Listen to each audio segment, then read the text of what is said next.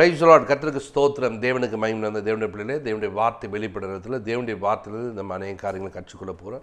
தேவனுடைய வசனங்களை ஒவ்வொரு நாளும் படிக்கும்போது தேவன் நமக்கு ஒவ்வொரு காரியங்களும் புரிய வைக்கிறார். நிறைய பேர் பாருங்கள், இன்றைக்கி நிறைய குடும்பத்தில் இன்றைக்கி நிறைய பிரச்சனைகளோடு வாழுகிறார்கள்.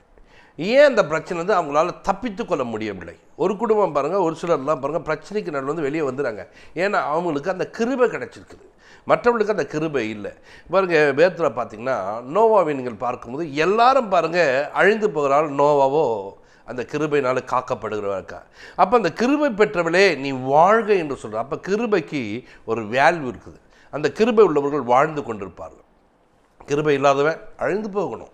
அப்போ அந்த கிருபையை நம்ம ஒவ்வொரு நாளும் தேவாலயத்துக்கு போகிற நாம், தேவனை தேடுகிற நாம் அந்த கிருபையை பெற்றுக்கொள்ள பிரயாசப்பட வேண்டும். இந்த கிருபையை நாம் ஒவ்வொரு நாளும் இழந்து போகிறா இருக்கக்கூடாது. நிறைய இடத்துல பார்த்தீங்கன்னா நிறைய பேர் பாருங்கள் அந்த கிருபையெல்லாம் ஒரு பெருசாக எடுத்துக்க மாட்டாங்க. அதுதான் யோனாவில் அவர் சொல்லும்போது பார்த்தீங்க, தங்களுக்கு வருகிற கிருபையை அவர்கள் போக்கடிக்கிறார்களாம். அவங்களுக்கு கிருபை கிடைச்சோம், அந்த கிருபையை அவர்கள் பெற்றுக்கொள்ள முடியாதவர்களாக மாறுகிறாங்க. இன்றைக்கு நீங்கள் அப்படி இருக்கக்கூடாது.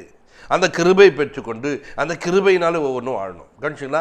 நிறைய நேரத்தில் நான் இதை சம்பாதிச்சேன், நான் இதை செஞ்சேன், நான் இதை வாங்கினேன்னு சொல்லாதபடிக்கு தேவ கிருபையினால இந்த வீட்டை கர்த்தருக்கு உதவி செய்தார்.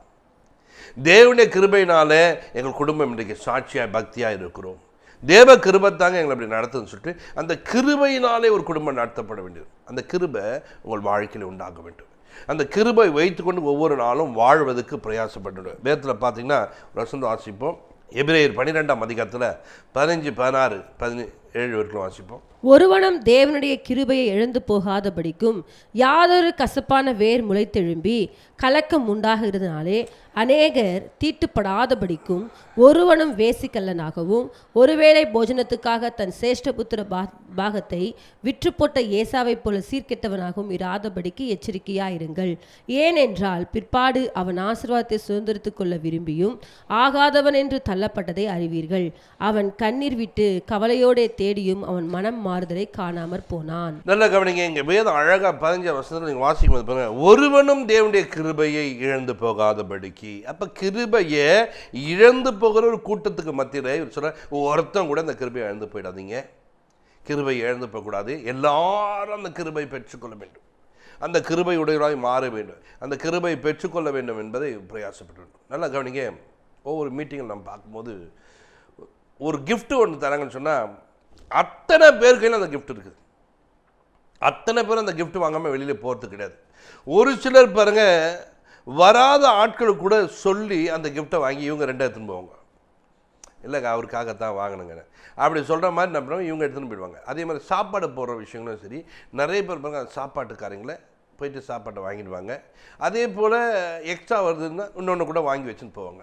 இதெல்லாம் பெற்றுக்கொண்ட நீங்கள் ஆலயத்துக்கு போகிற நீங்கள் வசனங்களையும் வார்த்தைகளையும் கை கொண்டவர்களாய் மாறுறோமா? அந்த வார்த்தையை பெற்றுக்கொள்வதற்கு நம்ம பிரயாசப்படுறோமா? அந்த வார்த்தையின்படி வாழ்வதற்கு நம்ம முயற்சி எடுக்கணுமா? இல்லை. நிறைய நேரங்களில் ஒரு சிலர் அந்த வார்த்தை பெற்று, ஒரு சிலர் பெற்று அந்த வார்த்தைகளை கேட்டும் கேளாதவர்களை போல நடந்து கொள்கிறார். அப்படி இருக்கக்கூடாது. ஒவ்வொரு நாளும் அந்த வார்த்தைகளை பிடித்துக்கொண்டு பக்தியாய் சாட்சியாய் வாழ்வதற்கு நீங்கள் முயற்சி எடுக்க வேண்டும். அங்கே பாருங்கள், ஒருவனும் தேவனுடைய கிருபை இழந்து போகாதபடிக்கு. இழந்து போகக்கூடாதான். யாதொரு கசப்பான வேரும் உங்களுக்குள்ள முளைக்கக்கூடாது என்பதை சொல்லி கொண்டிருக்காங்க. இன்றைக்கு தேவனுடைய பிள்ளைகளே, நம்முடைய வாழ்க்கையில் அப்படிப்பட்ட கிருபை நாம் எப்படி இழந்து போகிறோம்? வசந்த பார்க்கும்போது பார்த்தீங்கன்னா, ஒரு வசந்த வாசிக்கும் போது தேவனுடைய பிள்ளைகளே கவனிங்க, உபாகமம் 29 18 வசனம் வாசிக்கும் பாருங்க. ஆகையால் அந்த ஜாதிகளின் தேவர்களை சேவிக்க போகும்படி இன்று நம்முடைய தேவனாகிய கர்த்தரை விட்டு அகலுகிற இருதயமுள்ள ஒரு புருஷனாகிலும் ஸ்திரீயாகிலும் குடும்பமாகிலும் கோத்திரமாகிலும் உங்களில் இராதபடிக்கும் நஞ்சையும் எட்டியையும் முளைப்பிக்கிற யாதொரு வேர் உங்களில் இராதபடிக்கும் பாருங்கள். கவனிங்க, நஞ்சியும் எட்டியும் இருக்கிற வேறு உங்களுக்குள்ளே இருக்கக்கூடாது என்று சொல்கிறேன். எங்கன்னா இங்கே தேவனை விட்டு வேறொரு காரியங்களை பின்பற்றி போகிற காரியங்கள், அப்படியாப்பட்ட ஒரு இதயம் உங்களுக்குள்ளே இருக்கக்கூடாது. அப்படியாப்பட்ட இதயம் உள்ளவர்கள் தான் என்ன பண்ணுறாங்கன்னா இந்த கிருபை இழந்து போகிறார்கள். இங்கேருந்து இந்த குடும்பத்திலேருந்து இன்னொரு குடும்பத்தோடு ஐக்கியம் வைக்கும் போது அவங்களுக்கெல்லாம் செய்யாதீங்க, அவங்களுக்கு தராதிங்க.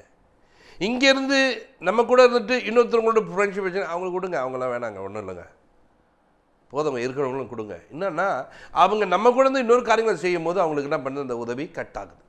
இதே போல தான் தேவனோடு கூட இருக்க வேண்டியவர்கள் வேறொரு காரியத்தோடு ஐக்கியம் வைக்கும் போது, வேறொரு காரியத்தோடு உறவு வைக்கும் போது, வேறொரு காரியங்களை பின்பற்றும் போது, அங்கே தான் ஒரு மனிதனுடைய வாழ்க்கையில் கிருபையை இழந்து போகிறான்.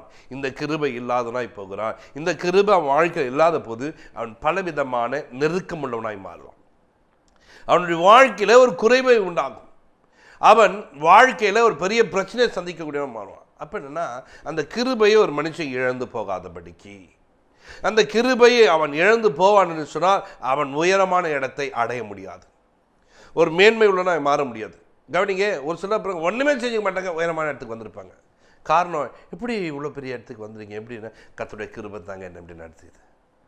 என்னுடைய படிப்புக்கும் என்னுடைய தகுதிக்கும் இந்த இடத்துல நான் வர முடியாது, ஆனால் தேவனுடைய கிருபை என்ன இந்த ஸ்தானத்துக்கு கொண்டு வந்தது அப்படின்னு சொல்லிட்டு அந்த கிருபை பாருங்க, தகுதி இல்லாதவனுக்கு கொடுக்கப்படுகிற ஒரு காரியமாக இருந்தால் அந்த தகுதியே இல்லாதவன் இந்த கிருபையினாலே உயர்ந்த ஸ்தானங்கள் அடைவான்.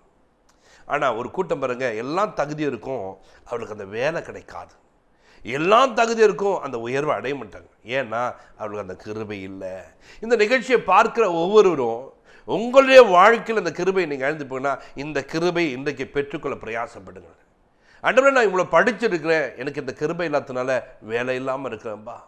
அப்போ எனக்கு இவ்வளோ விஷயம் எனக்கு தெரியும், ஆனாலும் எனக்கு இந்த கிருபை இல்லாததுனால என்னை யாரும் அங்கீகரிக்க மாட்டாங்கப்பா. அப்பா, என்கிட்ட பொண்ணு பொருளெல்லாம் இருக்குது, இந்த கிருபை இல்லாததுனால நல்ல மாப்பிள்ளை வருவதில்லைப்பா, நல்ல மருமப்பிள்ளை வருவதில்லைப்பா.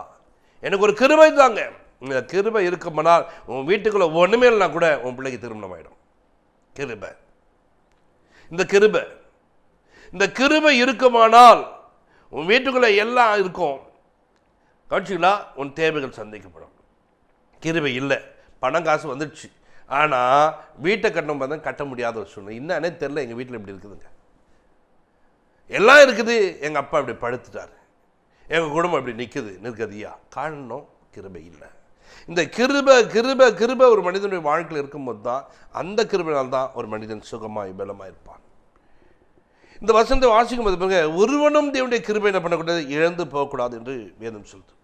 அதுக்கு உதாரணமாக பாருங்க, 16ஆம் வசனத்தை வாசிக்கும் போது, ஒருவனும் ஏசிக்கலனாக ஒருவேளை போஜனத்துக்காக சேஸ்திர பாகத்தை இழந்து போன ஏசாவை போல இருக்க வேண்டாம்.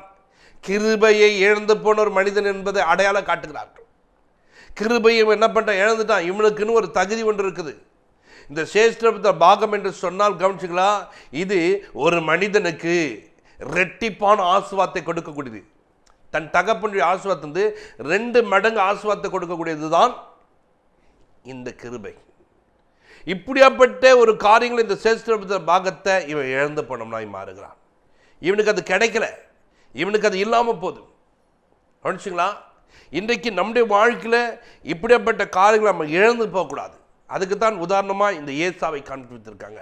ஏசாவை குறித்து அங்கே காண்பிக்கும் போது பாருங்க, ஒருவேளை போஜனத்துக்காக, கொஞ்சம் சாப்பாட்டுக்காக அந்த மனிதன் அந்த கிருபையை இழந்து, அவனுக்குன்னு கொடுத்த ஒரு மேன்மை, அவனுக்கு கொடுத்த ஒரு உயர்வு, அவனுக்குன்னு கொடுக்கப்பட்ட ஒரு காரியம், யார் மூத்தவனோ அவனுக்கு கிடைக்க வேண்டிய ஒரு விஷயம்தான் இந்த சேஸ்திர பாகம். அப்போ தேவன் இந்த மகன் ஒரு நாள் இப்படி இருப்பான், இந்த மகன் அப்படி இருக்கக்கூடாது என்பதற்காக தேவன் இந்த மகனுக்காகவே என்ன பண்ணியிருந்ததுமா, இப்படியாப்பட்ட முன்பதாக வரும்படிக்கு வைத்து அந்த மகனுக்கு இந்த சேஸ்திர பாகம் கொடுக்கணும்னு தேவன் வச்சிருக்கார். இந்த ஏசாவோ இதை அலட்சியம் பண்ணி, இந்த ஏசா அந்த போஜனத்தின் மேல ஆசைப்பட்டு, ஒருவேளை போஜனத்துக்காக ஆசைப்பட்டு தனக்குண்டானதை கொடுத்து விட்டான். அவங்க கொடுத்துட்டான். காரணம் என்ன தெரியுமா, இந்த மனிதனுக்கு அநேக நேரங்களில் சாப்பாட்டு மேலே பிரியம். நிறைய பேருடைய காரியங்களை பாருங்கள், இந்த சாப்பாடுன்னு சொல்லிட்டு அதுக்கு ஒரு முக்கியத்துவம் கொடுத்துருவாங்க. சாப்பாடு வேணுங்க, உணவு தேவை தான், ஆனால் உணவுக்கு ஒரு முக்கியத்துவம் கொடுக்காதீங்க. அதை விட தெய்வ வார்த்தைகள், தெய்வ வசனங்கள், தேவனுடைய காரியங்கள் எனக்கு ரொம்ப தேவையாக இருக்குதுன்னு சொல்லிட்டு தேவனுடைய காரியங்களை அண்டிக்கொள்ள கற்றுக்கொள்ள வேண்டும். தேவனுக்கு உகந்தவரை தேட கற்றுக்கொள்ள வேண்டும். தேவனுக்கு பிரியமானது என்ன பண்ணணும், ஒவ்வொரு நாளும் தேடுவர்களாய் மாற வேண்டும். கவனிங்க, இந்த ஏசா எப்பொழுதும் தன் நாவுக்கு சுவை உள்ளதை சாப்பிட்டு பழக்கம் படுத்தினவன். அதில் தான் தகப்பன் பாருங்க, அந்த சுவையானதை செய்யக்கூடியவன் இவன் தரக்கூடியவன் என்பதை அறிந்து தான் எனக்கு போய் என்ன பண்ணு, நீ வேட்டையாடி கொண்டு வந்து எனக்கு என்ன பண்ணு சுவையானது. ஏன்னா இவனுக்கு நல்லா தெரியும் எதை அடிச்சுன்னு வந்தால் சுவையாக இருக்கும் என்பதை அறிந்து வைத்தவன், அதை புரிந்து கொண்டவன், அதை நல்லா தெரிந்து வச்சிருக்கேன். நீங்கள் நினைப்பீங்க ஏதோ ஒன்று கிடைச்சது சாப்பிடணும், அப்படி கிடையாதுங்க. மீன் வாங்க போகிறோன்னு சொன்னால் இந்த மீன் வாங்க நல்லா டேஸ்ட்டாக இருக்கும். பார்த்தீங்களா, அந்த மீனுடைய சுவையை அருந்தவர்கள் இதுதான் வாங்க வேண்டும் நினைப்பாங்க. இந்த காட்டுக்குள்ளே போய் வேட்டையாடுறவனுக்கு தெரியும் எதை அடித்து சாப்பிட்டா நல்லா சுவையாக இருக்கணும் என்பதை தெரிந்து அதற்காக நேரங்களை செலவிட்டு அதற்காக என்ன பண்ணுவான் தெரியுமா, அதை அடிச்சுட்டு சுவையாக செஞ்சு சாப்பிட்றான். இந்த சுவை தான் இவன் ஒரு நாள் பட்னியாக இருக்கும்போது இவன் வாழ்க்கையில் என்ன நினச்சி தெரியுமா, அந்த கோழின் மேலே ஆசை வைத்து தனக்குண்டான உயர்வை தனக்குண்டான மேன்மையை அவன் இழந்து போகனாய் மாறிவிட்டான். இன்றைக்கு தேவனுடைய பிள்ளைகளே, நீங்கள் கூட தேவனுடைய காரியங்களை விட வேறொரு காரியங்களுக்கு முக்கியத்துவம் கொடுத்து வேறொரு காரியங்கள் என்னவினா உங்களுக்கு உண்டான கிருபையை நீங்கள் இழந்து போகனாய் மாறுவீங்க.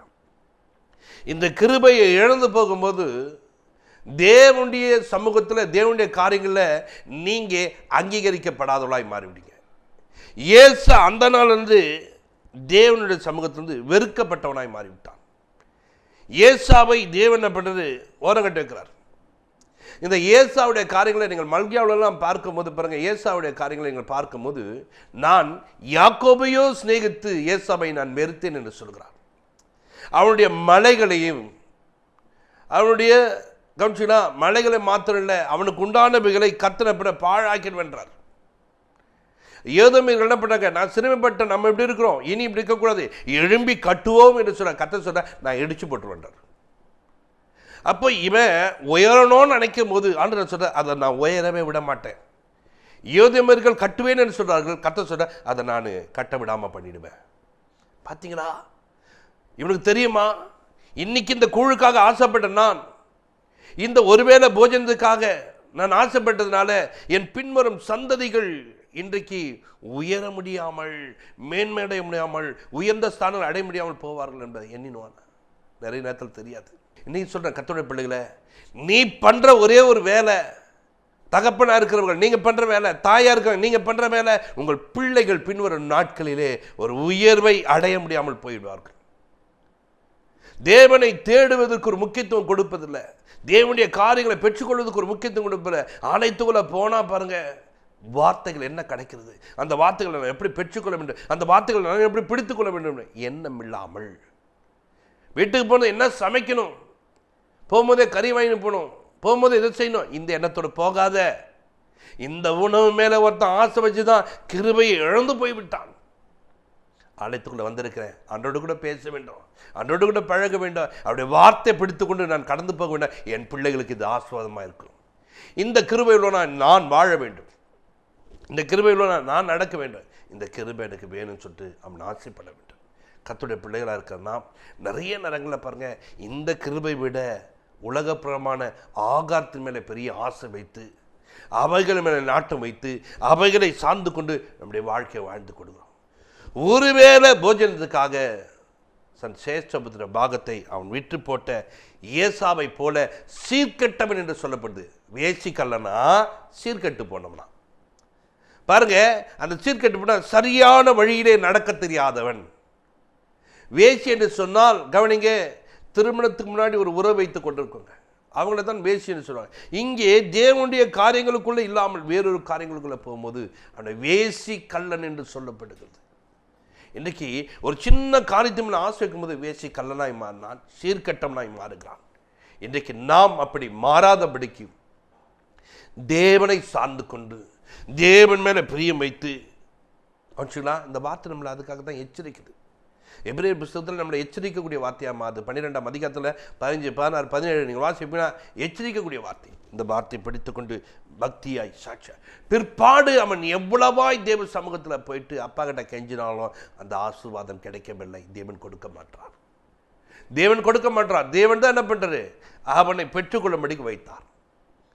இன்னைக்கு உன் வாழ்க்கையில் இந்த நாளிலே ஆலயத்துக்கு போகிற நேரத்தில் தேவனுடைய வார்த்தைகளை இந்த வருடங்களில், இந்த நாட்களில், இந்த மாதங்களில் நீ கிடைக்க வேண்டிய ஆசீர்வாதங்களை இழந்து போகாதபடிக்கு ஒவ்வொரு நாளும் தேவனோடு கூட நெருங்கிப்பார், பழகிப்பார், கர்த்தர் உன்னை ஆசீர்வதிப்பார். இதை விட்டுட்டு அப்புறம் பார்த்துக்கலான்னு போகாத, சீர்கட்டு போயிடுவேன். எச்சரிக்காரு தேவன் உன்னை எச்சரிக்கிறார். இன்றைக்கி தேவனோடு கூட அப்படி ஐக்கியப்பட்டு தேவன் உன்னை ஆசீர்வதிப்பார். பரலோக பிதாவே உமக்கு நன்றி செலுத்துகிறேன். இப்பொழுது ஆண்டவரே, ஏசாவை போறேன்னு சொல்லிட்டு ஏசாவை ஒரு அடையாளமாய் வைத்திருக்கீங்க. இன்றைக்கும் அநேகர் ஆண்டவரே தன் வழிகளில் சரியில்லாததை மாற்றிக்கொள்ளாதபடிக்கு தாங்கள் போகிற பாதை சரி என்று எண்ணிக்கொண்டிருக்கிற வாழ்க்கையில் ஆண்டவரே கிருபையை இழந்து போகாதபடிக்கு ஆண்டவரே ஒவ்வொருக்கும் இந்த வார்த்தை எச்சரிப்பை கொடுக்கட்டும். இந்த வார்த்தையை பெற்றுக்கொண்டு இப்படி வாழ்க்கையில் ஆண்டவரே தேவனுக்கு பிரியமாய் பக்தியாய் சாட்சியாய் வாழ ஆண்டவரே ஒவ்வொருக்கும் கிருபையும் பலனையும் தேவன் தந்து ஆசீர்வதிங்க. ஒவ்வொரு நாளும் வார்த்தை படித்துக்கொண்டு வாழ்வதுக்கு உதவி. இயேசு கிறிஸ்து நம்ம ஜெபத்திற்கு நல்ல பிதாவே. ஆமென். God bless you.